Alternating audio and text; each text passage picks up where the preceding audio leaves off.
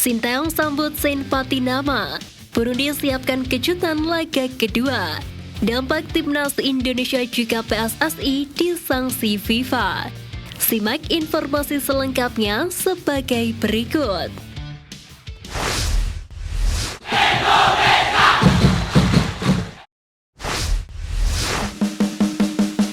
Belajar dari kekalahan, Burundi siapkan kejutan laga kedua.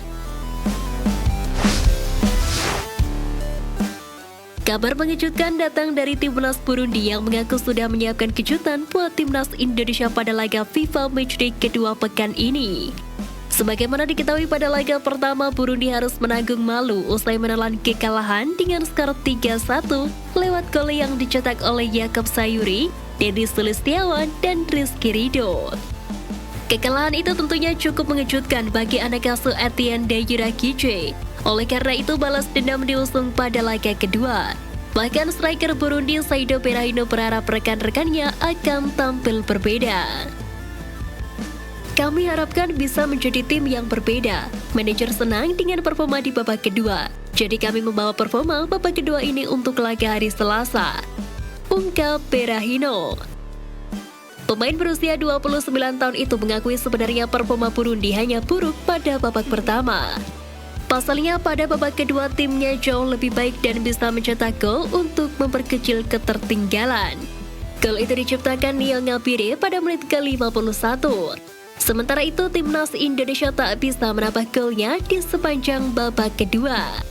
Tentu hal tersebut menjadi catatan tersendiri bagi timnas Indonesia. Sang pelatih Sintayong diharapkan mampu menemukan solusi yang tepat pada laga esok. Sebab kemenangan akan membuat timnas Indonesia kembali mendulang poin penuh di FIFA Matchday serta menembus peringkat 150 besar dunia.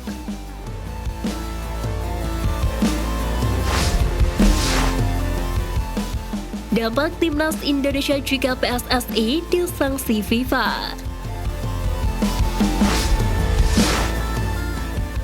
Pertama, dilarang berpartisipasi di kejuaraan internasional.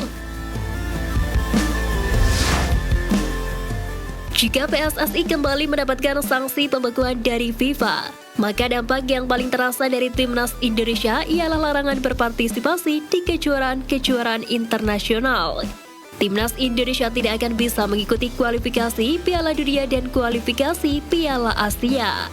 Bahkan skuad Merah Putih juga akan dilarang tampil pada Piala Asia 2023 meski sudah berhasil lolos ke putaran final.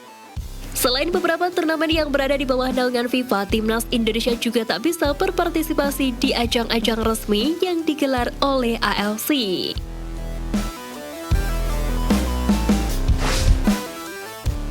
Kedua, pemain timnas kehilangan panggung. Apabila timnas Indonesia mendapatkan larangan untuk berpartisipasi pada berbagai kejuaraan internasional yang digelar FIFA, maka para pemainnya akan kehilangan panggung internasional. Hal itu tentu saja akan berdampak negatif terhadap para pemain andalan timnas Indonesia yang membutuhkan jam terbang internasional untuk bisa menjaga performanya di top level. Jika tak bisa bertanding bersama timnas Indonesia, maka kemampuan para pemain juga akan menurun karena tak merasakan atmosfer internasional.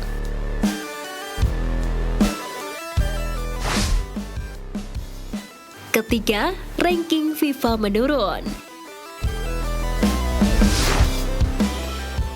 Jika kiprah timnas Indonesia di kejuaraan internasional terganggu, maka otomatis sudah tidak bisa berpartisipasi pada ajang-ajang yang bisa menambah poin FIFA.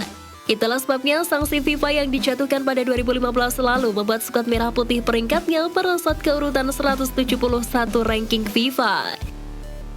Bahkan saat sanksi FIFA dicabut pada April 2016, posisi Indonesia sudah terlempar ke urutan 185.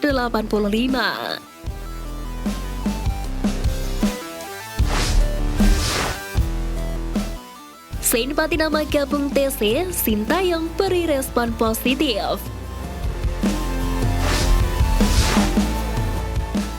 Kabar menarik datang dari asisten pelatih timnas Indonesia Nova Arianto yang menyebut bahwa pemain keturunan Saint Patinama akan bergabung sesi latihan menjelang laga kedua menghadapi Burundi.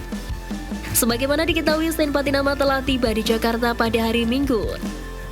Asisten pelatih Sintayong Nova Arianto mengabarkan bahwa Sen Patinama bergabung dalam latihan guna melakukan adaptasi dengan rekan punggawa Garuda.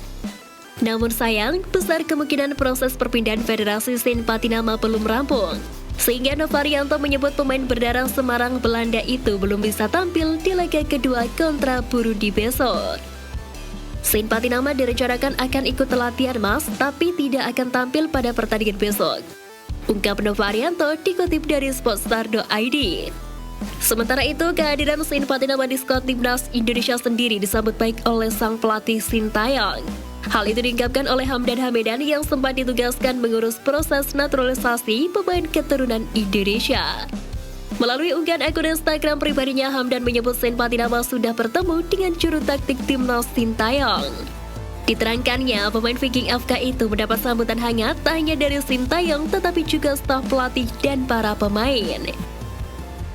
Sejauh ini hanya Jordi Alba saja pemain keturunan yang sudah debut di skuad Garuda. Pemain yang malang melintang di Liga Inggris dan Liga Spanyol itu sudah debut sejak Piala AFF 2022 lalu. Sementara pemain keturunan lainnya, Sandy Walsh, tengah mengalami cedera sehingga batal debut. Diharapkan skuad timnas Indonesia bisa lengkap dihadiri pemain keturunan pada event-event selanjutnya.